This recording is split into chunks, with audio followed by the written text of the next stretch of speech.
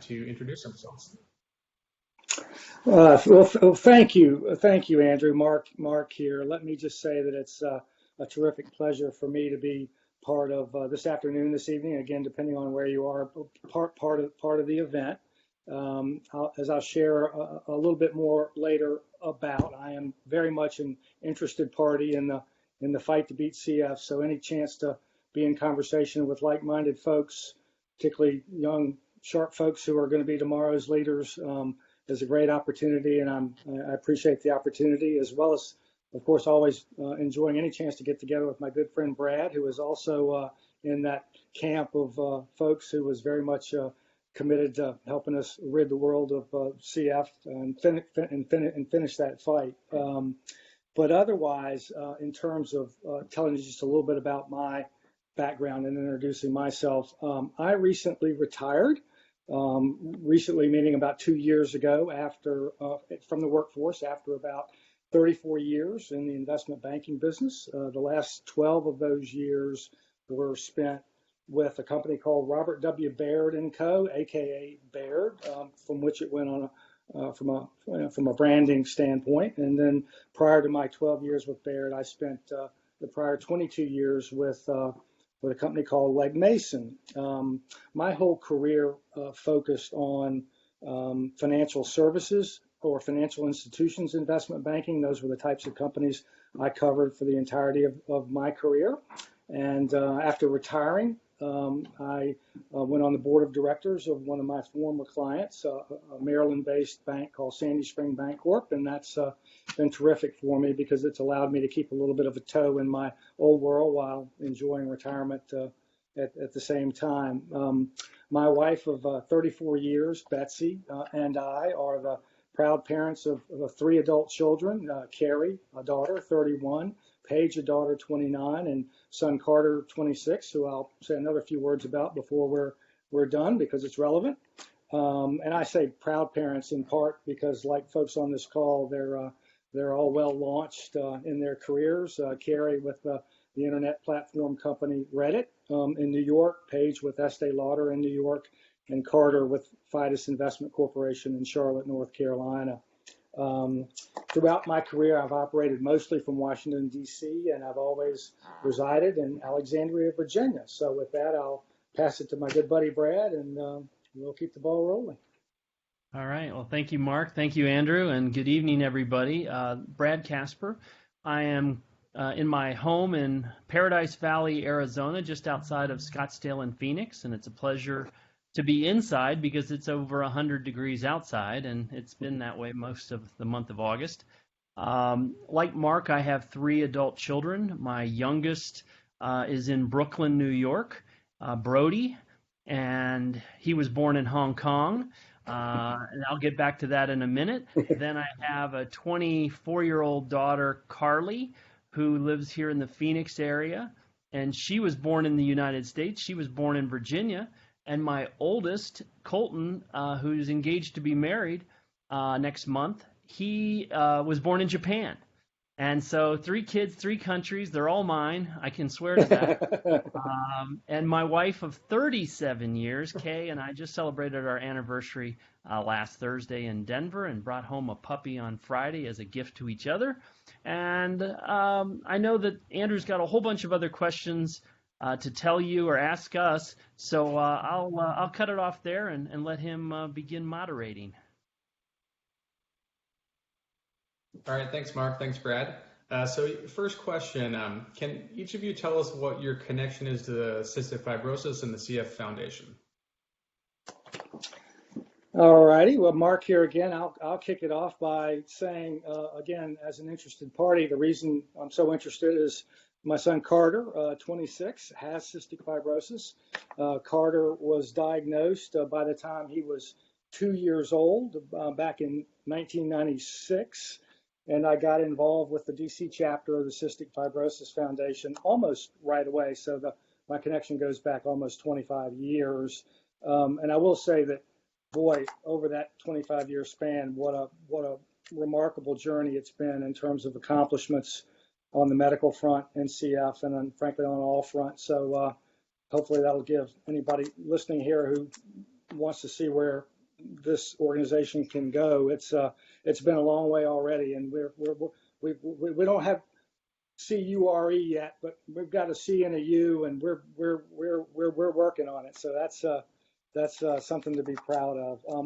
The way I got involved was by agreeing to chair the DC chapter's annual 65 Roses Celebrity Golf Tournament. I don't think they let much time go by before getting me involved. It was pretty much concurrent with Carter's diagnosis back in that original 1996 timeframe, and I went on to chair that 65 Roses Golf Tournament for 12 years, and then remained on the committee for a number of years after that. And I'll leave that point there for now and just say that if anybody has any questions about it later, there was an opportunity that I took advantage of to connect my chairmanship of that event and fundraising for that event to my client network in the business world. They were very generous in donating money and coming and playing as foursomes in the tournament. So it was always wonderful to have that connection. And also for a number of years, Betsy, my wife,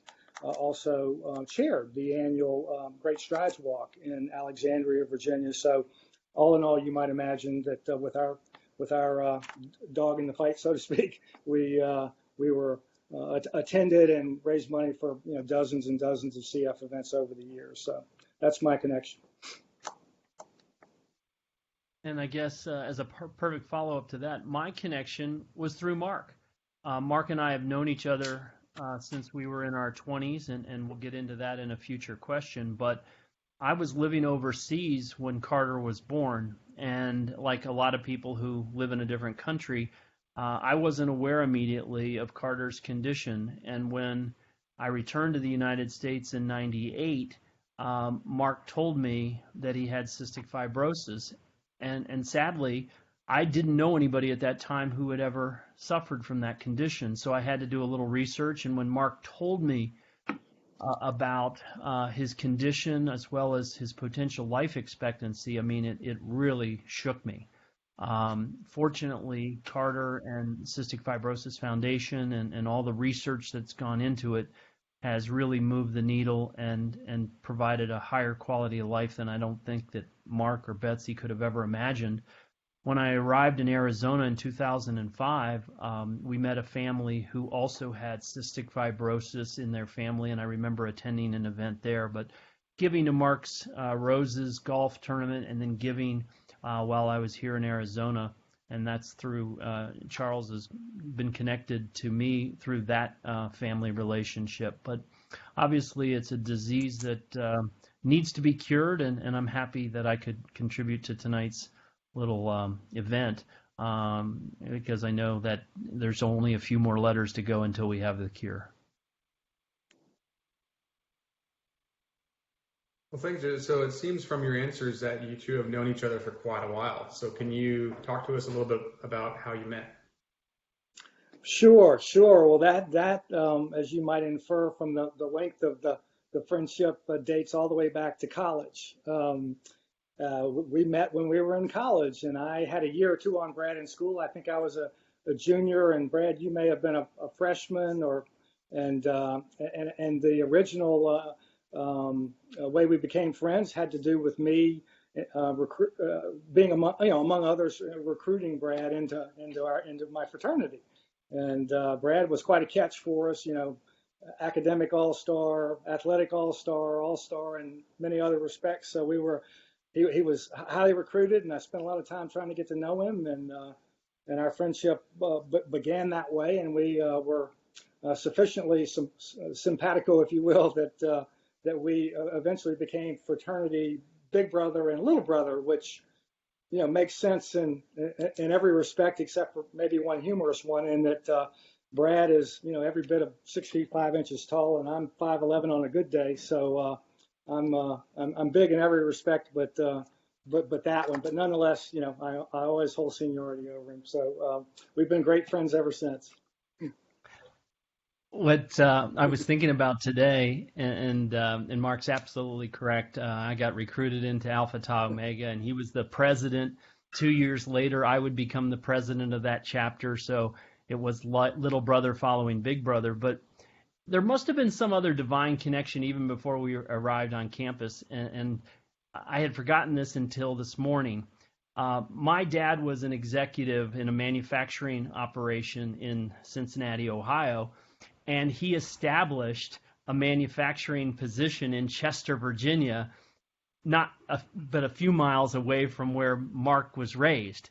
Of course, we didn't know it at the time, and I visited Chester in that plant when I was 10 or 11 years old, and about 7 or 8 years later, I'd meet him on campus at Virginia Tech University. So that was the first connection. And then I think he actually took my sister to a formals at the fraternity.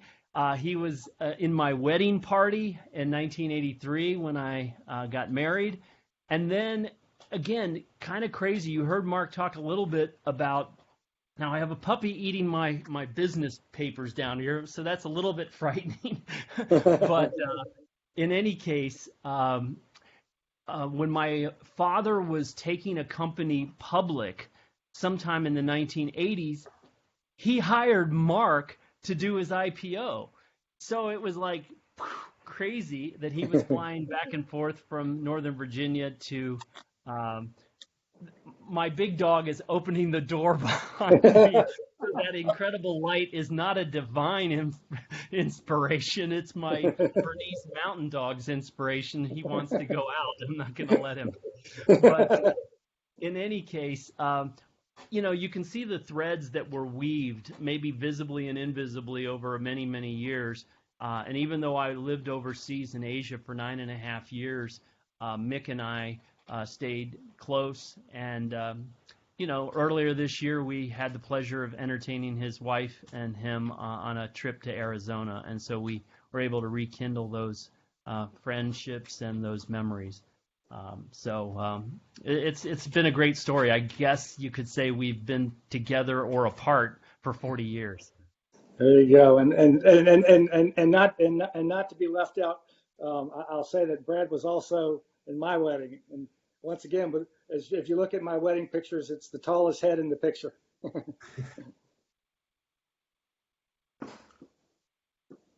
Could you guys walk us through a timeline of your career and how you got to where you are now? I know, Brad, it sounds like you're still working for a little bit, and Mark, you're enjoying your retirement. Correct. Well, in terms of career timeline, well, by investment banking standards, my career path was, is unusually narrow and devoid of change and devoid of jumping around. I received my MBA in 1984. I went to work as an investment banking associate for Legg Mason in Washington, D.C. That's where Legg Mason's investment banking practice for financial institutions was based. From there, I hit my promotion marks for 8, 9, 10 years, became a managing director, and then went on a couple of years later to become head of that financial institutions practice. And I did that for another 10 years until 2005, when Legg Mason's capital markets platform was sold. And it was at that point that I was recruited to Baird to launch and run a financial services investment banking group for Baird, much in the image of what I had done of Legg Mason. And I went on to do that for another 12 years, and all that'll sum up to 34 years and a bell ringing. And my career is the exact opposite. I am a mutt. I started my career outside of Virginia Tech at General Electric as a financial analyst for a couple of years. I migrated to a company, frankly, that had an incredible reputation globally as a training institution, because unlike a lot of people who graduate today, I didn't have very strong internships. I had really good academic grades, but I didn't have many internships. So I took a chance at GE, and GE took a chance at me at a time when unemployment in 1982 was running around 10 or 11%. So it's kind of familiar territory to people who might be out there today and who are young and graduating. After about 2.5 years in finishing this financial management program, back in my hometown of Cincinnati, Ohio, I got an opportunity to go to Procter & Gamble, the world's largest consumer packaged goods company, and I moved over there into brand management and advertising. I thought it would be a 2 or 3 year kind of gig and, get the resume all fixed up. It turned out to be a 16 and a half year gig, and 9.5 years I lived in Asia. So P&G moved my wife and I over at 28 years old. What we thought was a 2-year assignment turned out to be a 9.5 year. I wouldn't call it a sentence because we absolutely had the times of our lives. And to any one of you young leaders out there, when you are presented with a daunting challenge that has risk, sometimes that risk reward is truly sensational, and it was for my wife and I. I ended up spending 6 years in Kobe, Japan, and got promoted 3 times. I thought after our son was born and my mom suddenly passed away in Cincinnati that I was being transferred back to Cincinnati. And they said, no, we would really like you to run Hong Kong and China.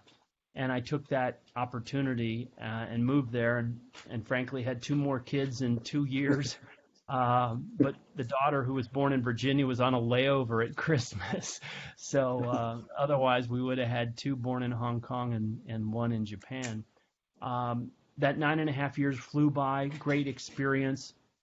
Came back to the United States, Vice President, General Manager of P&G Worldwide.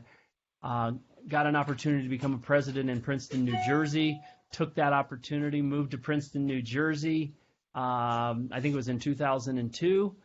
Did that for 3 years, got recruited to become CEO of a company in Scottsdale, Arizona. And that lasted 5.5 years. Then I got into private equity and I started flipping companies. Then I became president of the Phoenix Suns basketball team. Then I went back to flipping companies. And you would think with all that, I would have settled down, but I didn't. And in 2015, I came back to Arizona. I had always lived here, but I was commuting to Los Angeles, running a company in LA. And I decided to join a small advertising agency, which is where I am today. Over the last 4.5 years, I've helped scale that agency by about 500%. We're now the largest agency in the state of Arizona. And, it's been a great run. I think I've learned some really, really valuable lessons, though. You really don't know what's inside of you until you're tested and pushed. And I know some additional questions that Andrew will ask will let me embellish a little bit on that theme. But, it hasn't always been a smooth and upward lift the way it may have sounded. There were tremendous challenges, some real gaps here and there, but I'm all the stronger and better for it. But thanks very much for listening, and I hope I didn't bore you too much. Well, it's quite the career journey, Brad. And I would second your comment about being able to go overseas. That's one regret, not a regret. It's something I wish I could have done with my firm, but right now it's family and, wife's job. It's a little more challenging, but that's one message I try to convey to, young single CPAs that work for my firm. Is if you got a chance to go to Europe or Asia or wherever, take it. All right, so next question is, how have your careers impacted or crossed over into your relationship? Well, I'll start by saying that, and Brad may think of other examples where it's more direct, but in my case, I don't know that it's the case that that career and friendship and relationship overlap so much directly, but I can think of at least a couple of instances where they overlapped at least indirectly, and I'll touch those. And they both of them coincidentally follow up on points that Brad's already made. He's been stealing my thunder for 40 years. There's no reason why it should stop. No reason why it should stop this evening. But I'll say that first, in terms of Brad being a CEO, again, first generally, and that would relate more to him just having, as a business leader, knowledge of not only his business, but the capital markets and the merger and acquisition markets. And then later also being a CEO, as he mentioned, of companies that were owned by private equity firms. And, with me being an investment banker, knowing the M&A markets and the capital markets and being familiar with private equity firms and how they operate, all of that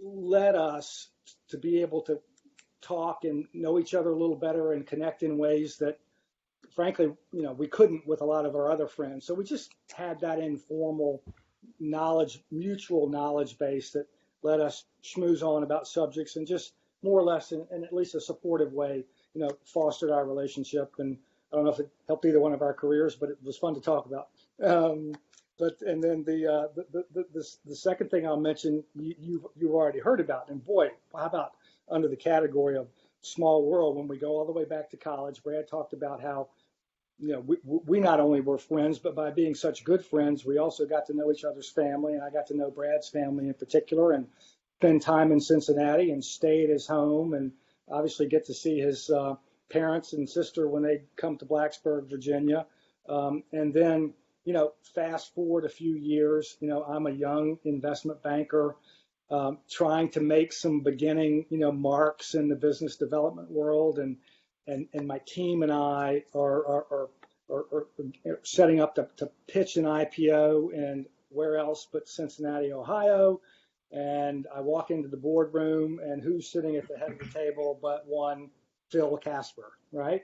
Brad's dad. Now, obviously, I did a little bit of homework before I went out there, so I had a sense that he might be in that chair, but nonetheless, it didn't take away from the stunning nature of being in a boardroom with his dad as chairman. Now, I won't represent that connection caused my firm to win the IPO mandate, but I sure don't think it hurt. Let's put it that way, right?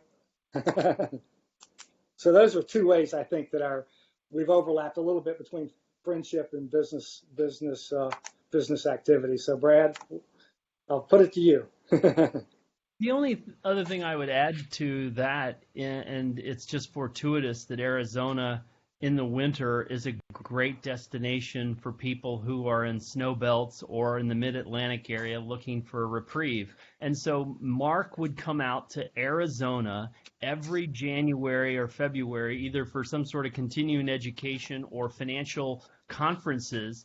And he started introducing me to some of his friends that were already here in the community. I think he always stayed at the hotel, but we would go out to dinner, and I think I got him to a basketball game on one occasion or whatever when I was with the Suns. But the bottom line is that was just one of the key opportunities. It was more fortuitous than anything else that we had a climate in Arizona that was conducive to conventions, and Mark was in an industry that came out here, and there's no doubt about it that helps sustain our friendship and keep our families close. And then I remember he brought his whole tribe out for a holiday adventure to the Grand Canyon, and of course he's a lucky son of a what. And I tell him he's never going to get into this major the El Tovar. facility, the El Tovar. I said, you got to book that years in advance. He goes, I just called. They had a cancellation, so we got the main suite. I'm saying, oh my God, that never happens. And he says, overlooking the canyon. Yeah, so that's just another way in which our families have been together, and then because my daughter went to Virginia Tech as well, and Carter went to Virginia Tech, their sorority and fraternities did a lot of activities together, and I remember on one occasion, I think the kids snapped some photos and sent it to Mark and I. So it's just another little thread that runs through our families. Very nice. So those are some great stories you guys have. You can tell you've been connected for quite a while, and you're great friends. Not only the two of you, but your families as well, as you mentioned. So one other thing we wanted to ask is, in our current situation, young professionals are balancing so much these days, right? So nurturing those friendships and maintaining those connections can seem to fall to the wayside sometimes. So you guys have done an excellent job of staying connected over the years at a distance, being in different states and being on different continents. So wondering if you had any tips or lessons from your experiences that you could give to the group for maintaining relationships and connections from a distance.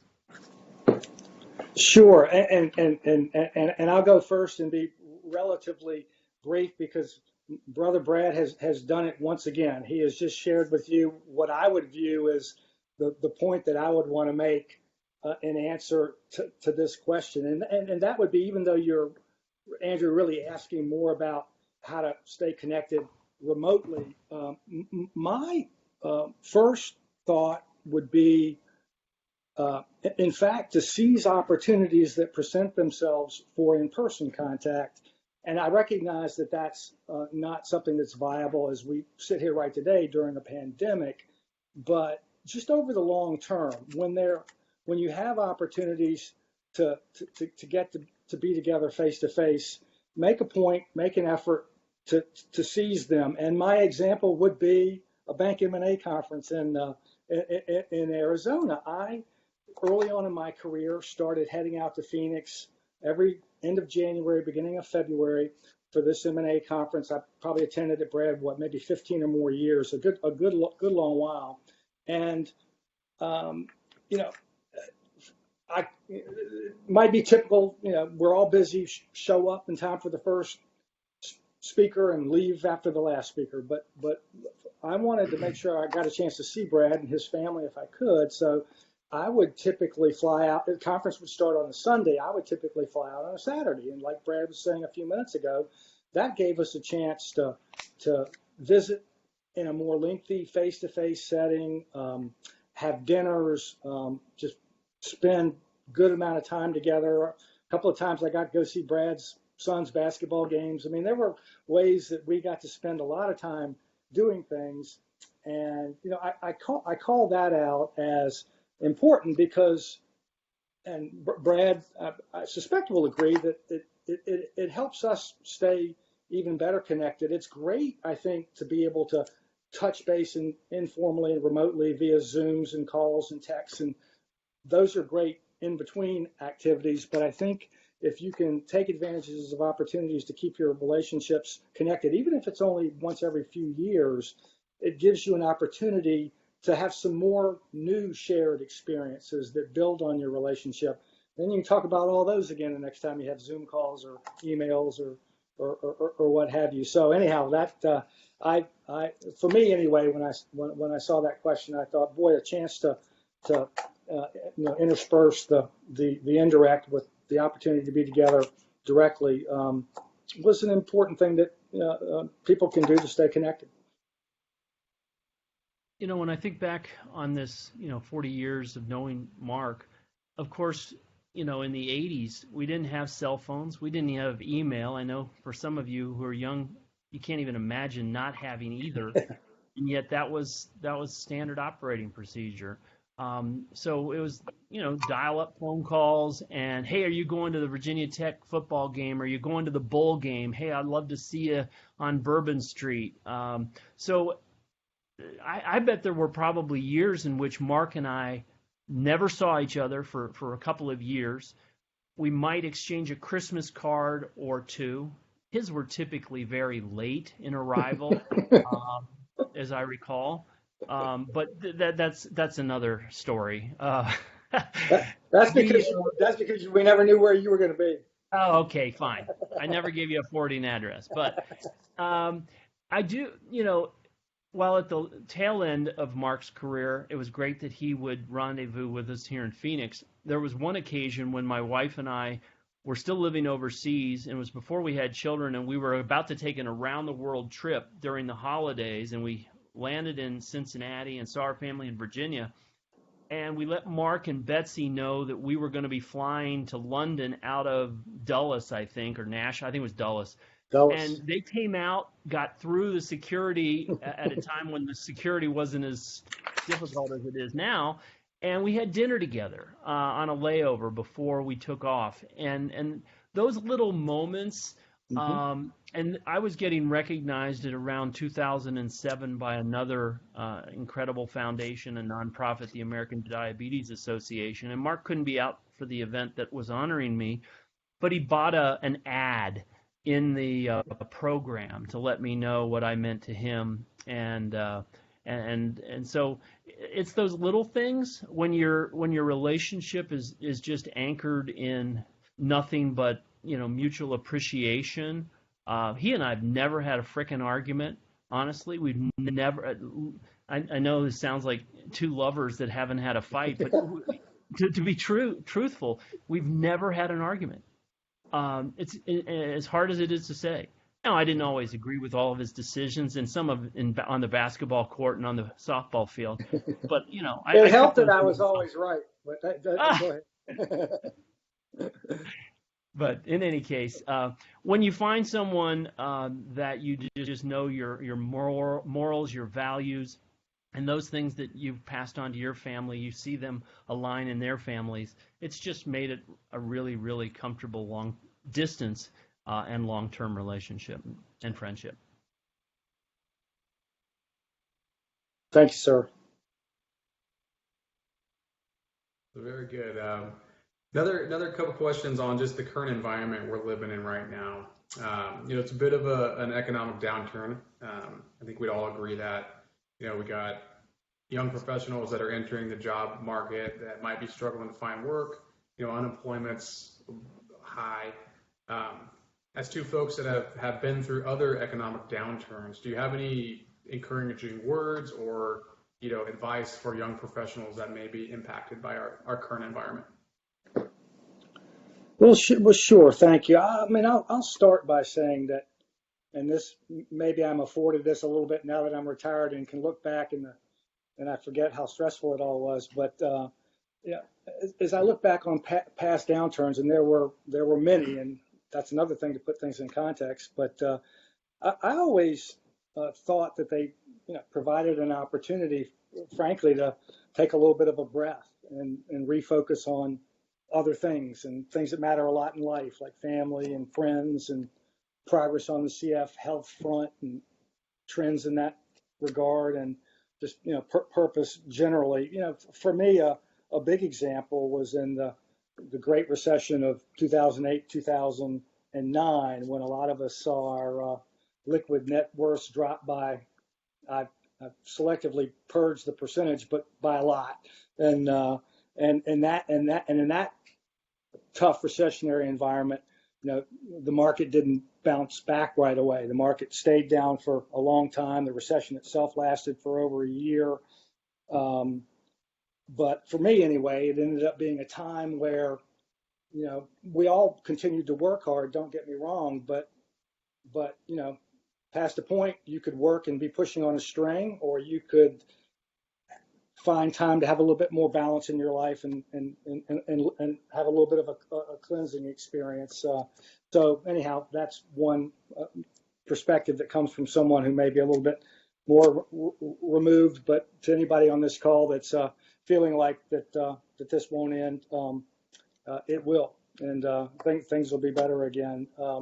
Another point I would make is that, and again, I recognize that for folks who are on this call that are younger and earlier on in the workforce, you can only do so much so fast. But insofar as you can, be prepared, financially and otherwise when downturns come, so that you don't have to be put in a vulnerable position. Live as well as you can within your means, and just try to avoid being put in a position where you have to crystallize losses at the worst possible time. And then, because if you do that, you can benefit from the point that I made just a second ago, that economic downturns, at least in this country, have always ended. We haven't repealed the business cycle, and if you have staying power throughout those loss periods, even though your rates of return might get a little muted if they go on long enough, you come back from things over time. Brad started to mention all the way back to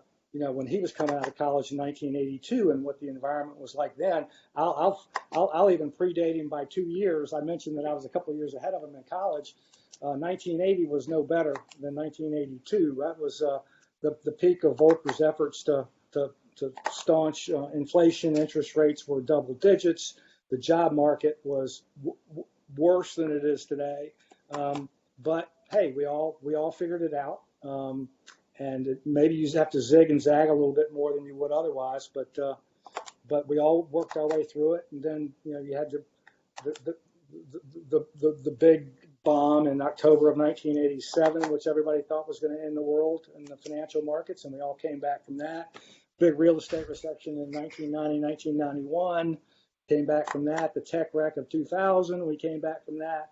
And then the Great Recession of 08 and 09 before what we're in today. Point being, we've been there before.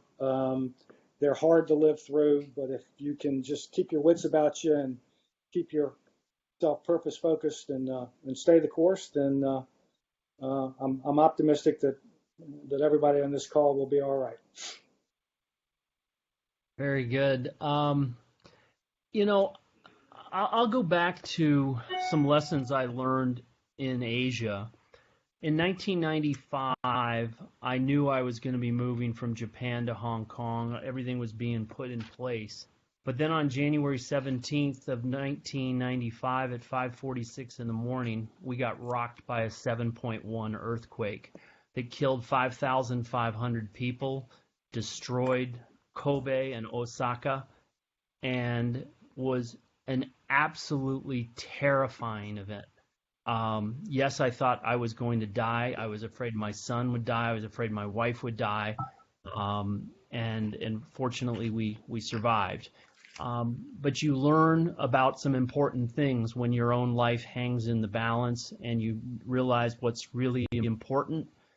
We got out, P&G airlifted us, and I started my job in Hong Kong, only 6 months later to be hit by a hurricane on Hong Kong Island.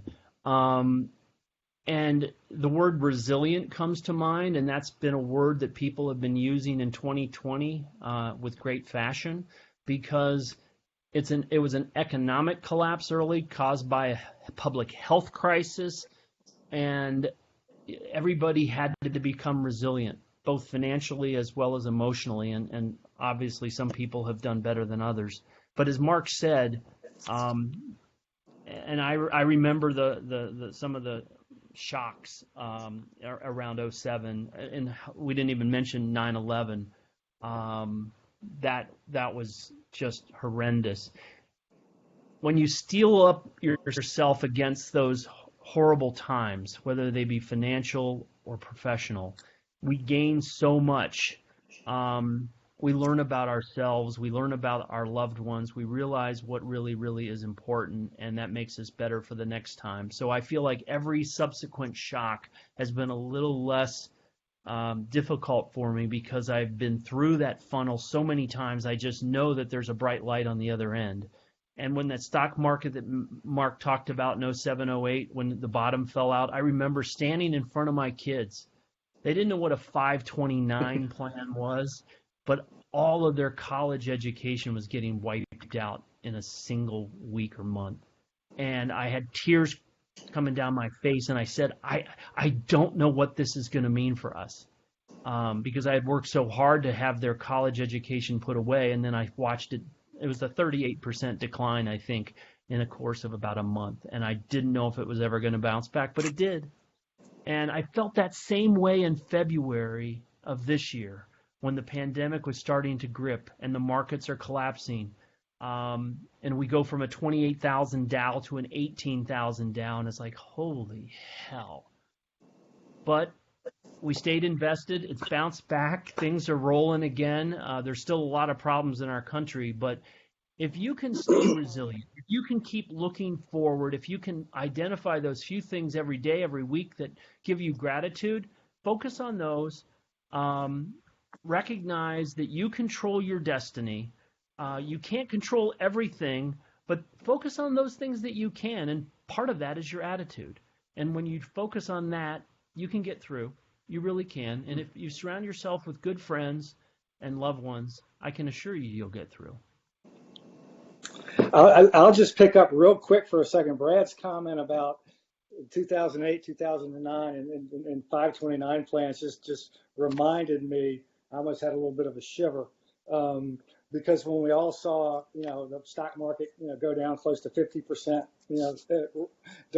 during that time. Back to my comment earlier about, in as much as you can, save your pennies, accumulate a bank account, get as much money aside as early as you can, because we could not bring ourselves to sell stocks out of those 529 plans in 2008, 2009, and crystallize, a 40 or 50% loss. So they're still sitting there. So, but that's okay. That, that money will get used somehow, some way, another day, maybe on the grandkids. But if we had been in a position where we didn't have a choice and had been forced to sell for that purpose, that would have been a less than perfect situation to be in. So anyhow, that was just a tickler Brad gave me. Yeah, Brad, that story kind of resonates with me because I have a 4-year-old, right, that I have a 529 plan for that we started when he was like 2 weeks old, right? And so I'm very proud of the amount of savings we have in that already. And when, in February and March, when, our 401ks and that 529 plan was dropping by 40%, that's that same feeling that I had when, like, I was upset about my 401k and my wife's 401k, but it was much more painful to see the 529 go down. Yeah. So that story really resonates with me, but just staying the course, right? It's been 6 months. We just left everything alone, and fortunately it's bounced back. I know that's not the case for everyone on the call, but it's just an example of kind of taking that step back. Try to take your emotions out of it and just kind of ride it out. There you go. Okay, a couple other questions. What are some, we've got some young professionals on the call here. What are some just general or specific tips that you have for folks that are, just starting their career or early on in their career, or, just some recommendations on how they can kind of climb that corporate ladder and become successful? Brad, you want to kick us off on this one? I've got a couple of little things, but my suspicion is this is kind of up your alley, having had so many people work for you over the years. Well, I appreciate that. I don't know that my answers will be any more scintillating than yours, but I'm going to give you a quote that my dad said to me when I was 27 or 28, I guess. When I told him, my dad fought in World War II in the South Pacific, and he fought against the Japanese. He was in a heavy artillery bomb group doing reconnaissance over Japan. So you can imagine when I came back to him to say, Dad, I have an opportunity to work for P&G in Japan. As the tears go down my face, I'm saying that to him. And my dad says, that's fantastic. And I'm thinking, really? And this was one of the things he said to me that I say to my kids today. He said, Brad, P&G has an incredible group of outstanding people. What are you going to do to stand out? So he juxtaposed outstanding and stand out. And I said, well, that's really interesting. And I said, so you're saying that somehow or another, if I differentiate myself by taking an international assignment, by showing I can be an intelligent risk taker, and there's no guarantees that I'll succeed, but you're saying that will be a plus. And he says, absolutely. And so I got his full blessing on that. And I think that one of the things that when you're put, and it was the first time in my life I'd ever been a minority. There I am, a 6'5" white guy walking around Japan. And when I'm getting on the subways and I'm getting on the trains, most of the people on the train came into the middle of my chest. So I got a very good look at their scalp. It was fortunate for them that I was working for P&G in hair care. And so I was able to create all sorts of products to remedy the problems they had up top. But I've learned a couple of things. I almost left P&G about 6 months before I got the opportunity to move to Japan. Why? Because I was looking at the clock. I was figuring I should be getting promoted now. I should be getting that next opportunity. If they don't make me a brand manager. And so I had all this impatience. So I started shopping myself around at 26 and 27 because maybe I'd make $4,000 more here, $5,000 more there. But I stayed the course, and man, that made all the difference in the world. There's no freaking way that I would have propelled my career anywhere close to what happened by taking that international assignment had I revoked it in Cincinnati with another company. So I ask you guys to think about, sometimes you might feel you're deserving of that promotion. Don't be a clock watcher. Don't think that just because the average is 18 months or 19 months to promotion, if you're at 20 months, that doesn't mean you're a failure. It just means that the opportunity didn't present itself. And by waiting a little bit, boy, it accelerated everything else. I got promoted to general manager in under 10 years, and I was the first person in P&G history to be promoted in under 10 years. So sometimes you get on a rocket ship that you didn't even know had your name on it. And so I encourage you to be patient with those opportunities. Be willing to make sacrifices. You're not going to get ahead if you're not willing to work hard. It isn't about just luck. It's the harder you work, the luckier you get. Lastly, in terms of advice, work for companies and work for bosses whose core values, whose principles align with your own. There's nothing worse than working in an environment that you feel is toxic, or you feel like you're surrounded by people whose values are different and force you to compromise what you stand for in order to stand for something else. That's a really difficult situation to be in. And I encourage you to find that, have the courage to look, but look patiently and find the right opportunity. I'm sure I have a couple of others, but I know Mark is just dying to build off a couple of those.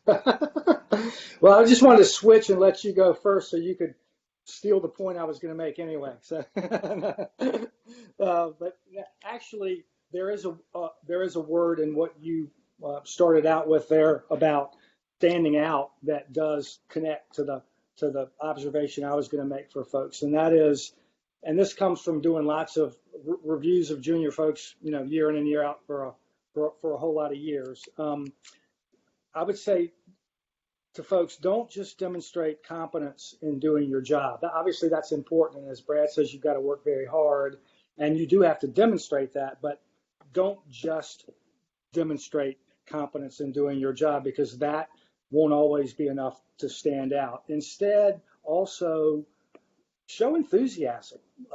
I used to love it when I thought my juniors were actually enjoying a little bit of what they were doing in their jobs, and it wasn't always such a grind. In investment banking, junior folks do work incredibly hard, and it can get to be a grind. But when you can be in the presence of folks who show a little enthusiasm and also show to you that they're also looking a little bit at the bigger picture and trying to see how what they're doing connects to the bigger picture of what you're trying to accomplish. It made a difference. Ask questions. I used to say in a lot of reviews with people, you're doing a great job of keeping your head down and doing the work, but I need you to also kind of lift your head up every now and then and look around, because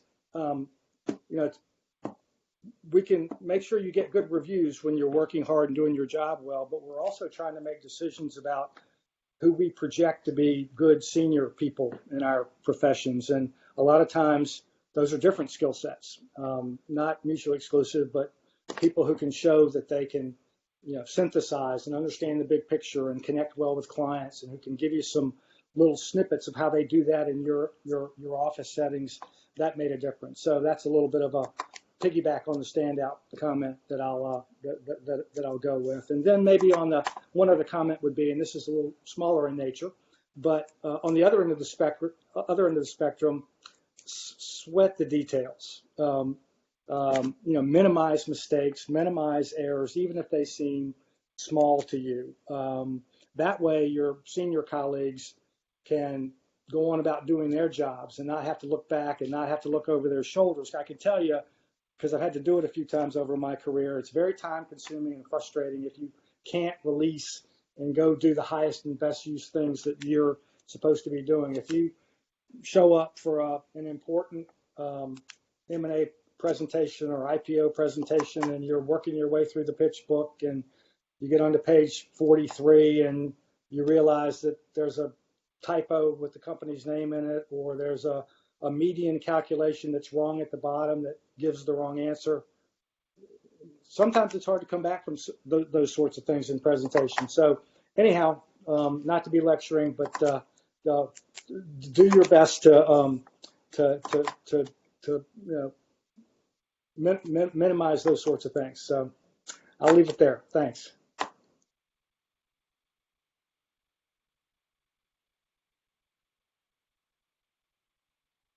Did we lose Andrew? I hear Brad.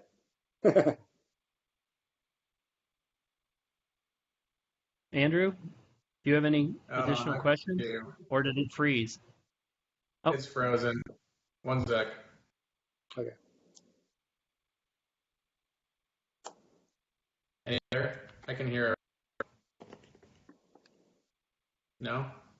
We can we're do hearing charades. you kind of go in and out. Okay. I have not touched the screen, so I guess you can't. Any better? Any worse? The audio's fine. Yeah, a Okay. little delay, Let's but say good. what you cannot have any type of call without audio issues, even though I have not touched anything for the last hour and 15 minutes. Anyhow, I was going to say, Brad, you had mentioned something about kind of staying patient and staying the course with your existing company, and you finding a supervisor and an organization that shares the same kind of values and goals with you.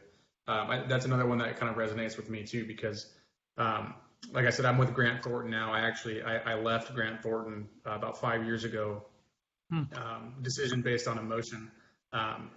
And went to a public company that was a client of mine and came back. I came back 9 months later.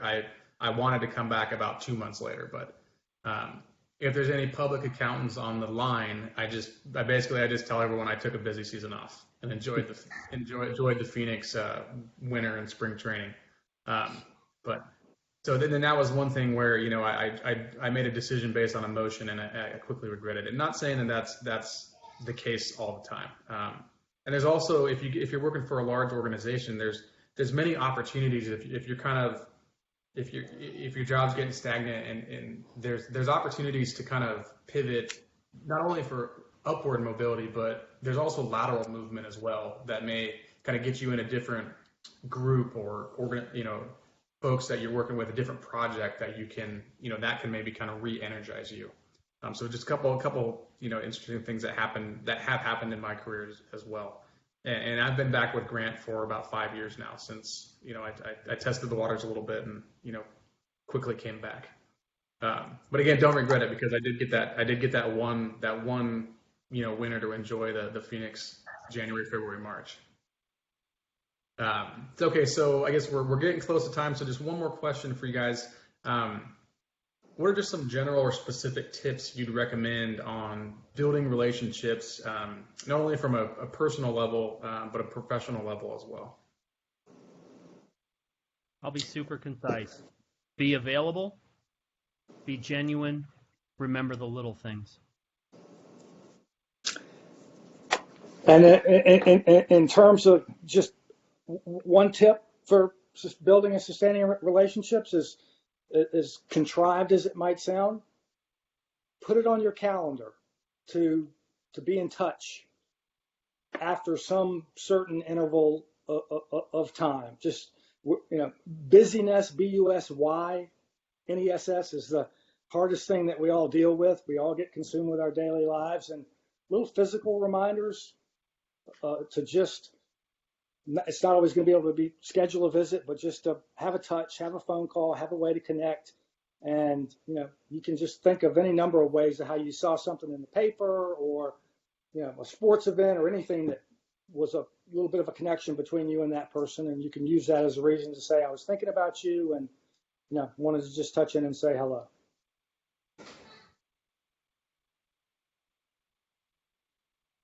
Okay, great. Well, that brings us to the end of today's presentation. So, Brad, Mark, thank you very much for sharing your experience and your wisdom with us, and for your time this evening.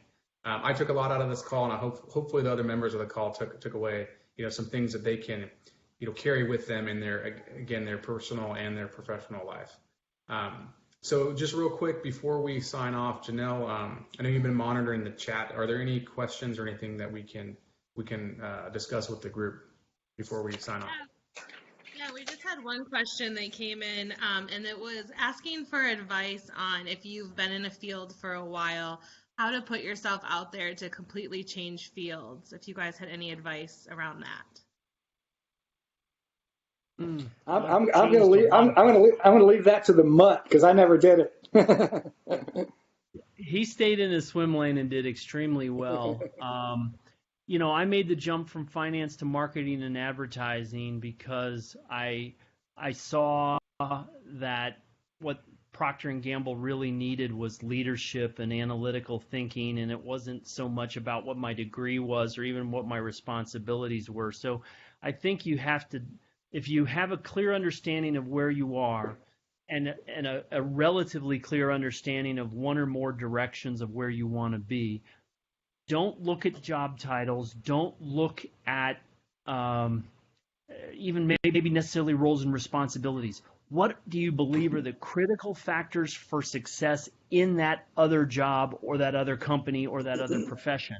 And if you can draw a parallel between what you've been doing between college and your work in nonprofits and maybe your church, and you probably will find that there are some underlying skills that you can convince somebody that you can make the jump from here to there. It may or may not require additional training or education. Sometimes, and this is probably advice that I could have mentioned an hour ago, I never fully appreciated the power of a network. Each of you are part of a social network, and each of you have friends that are in other companies, and they have skills and they have experiences with you. I used to just rely on headhunters. And now, at my crispy old age of 60, I realize that I'm only 1 or 2 degrees of separation away from another opportunity, not because of a headhunter, but because somebody else knows what I can do. And my guess is, whoever asked that question, there are people out there doing what you want to do, and they can vouch for your character, your skills, and your capabilities, and you will be able to too. But you've got to ultimately you've got to let people know that you want the change, or the change won't happen.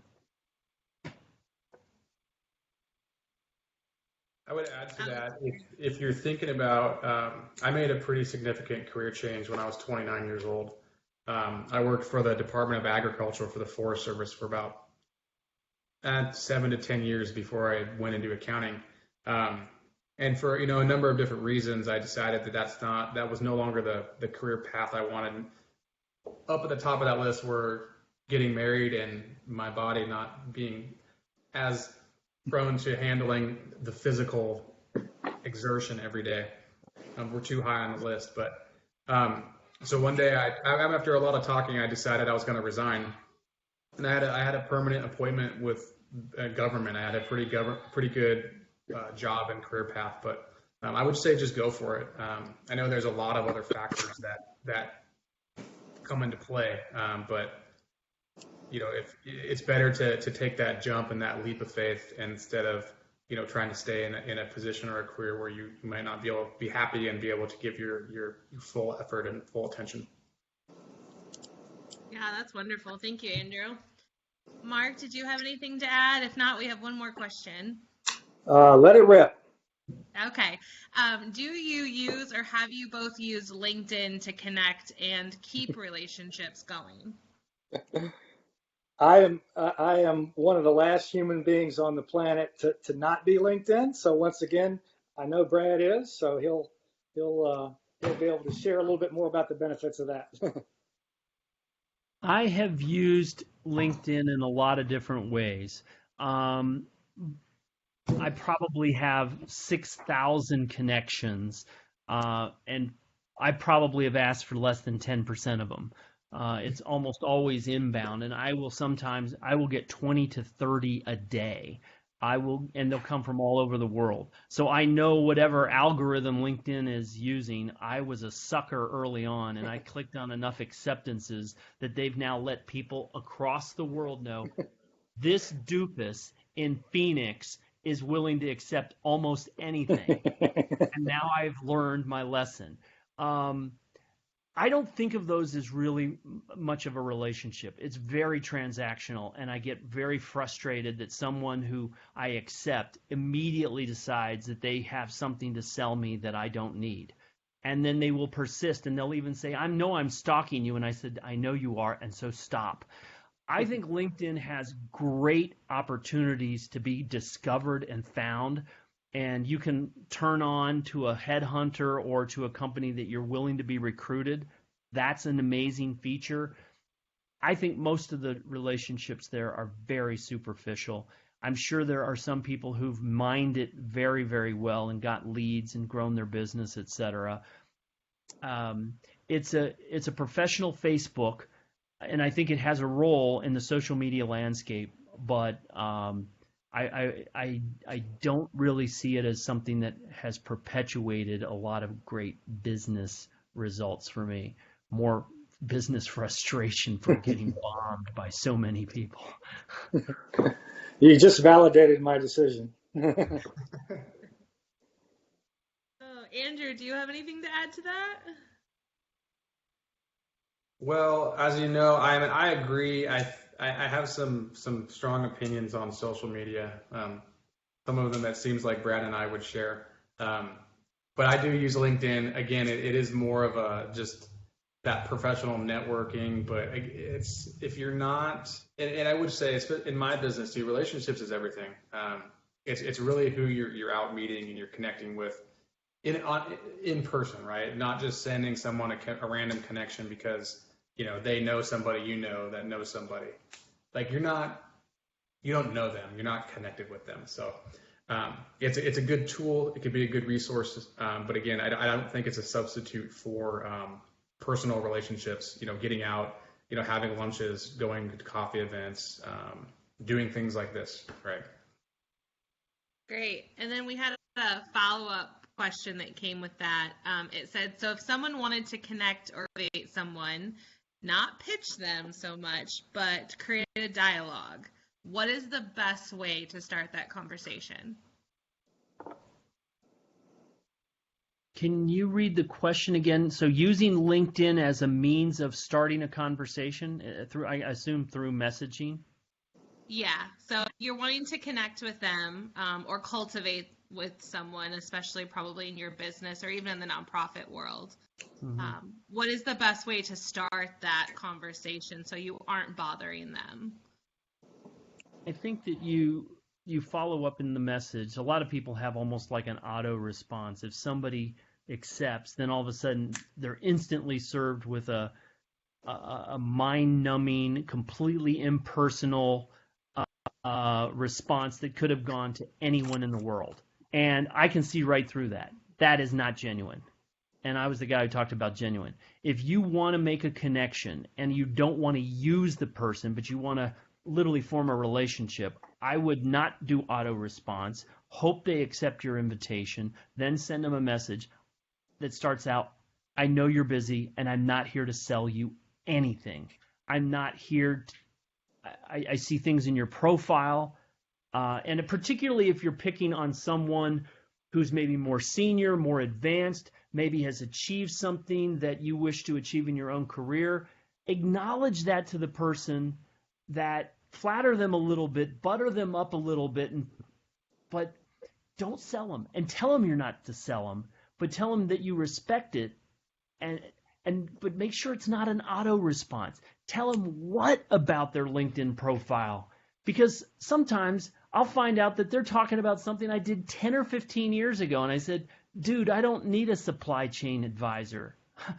I'm in advertising. No supply chain. Go away. You didn't do your homework. So make sure if you find someone, and be selective, and let them know what they can get out of it too. That happens a lot with recruiters, at least in a public accounting profession, and just the impersonal nature of it is where I'll get an email from somebody, and it's like, oh, we really like your profile, et cetera, and then I'll go message 3 other people I work with, and I'm like, hey, did you get that message from the recruiter today? And it's literally the exact same message with a different name in it. Sometimes they even get the name wrong. So it's just another, kind of one of those turnoffs that Brad had mentioned. So, okay, Janelle, any other questions? No, that's all. Thank you so much for everyone for joining, and Andrew for being our EMC, and Mark and Brad. This was a great opportunity for all of us to connect, and we thank you so much for your time. We know the East Coasters are probably ready for bed or dinner or something, so thank you so much for your time this evening. Yeah, Brad, if I send you a LinkedIn, make sure you accept it. I will, Andrew. Thank you. Really appreciate everybody staying tuned. And Mark, it's time for you to get your pajamas on now. How do you know they're not already on? Maybe from the bottom down. Anyhow, thanks very much, CFF. Yes, we appreciate it. Thank you, guys. Well. We got some wonderful feedback in the chat, so thank you. Appreciate Thanks, it. everyone. Thank you so much. Cheers. Yeah, have a good evening. Thanks so much, Mark and Brad. Bye-bye. Bye, everybody. Thanks, Andrew. Bye-bye. Bye. Bye.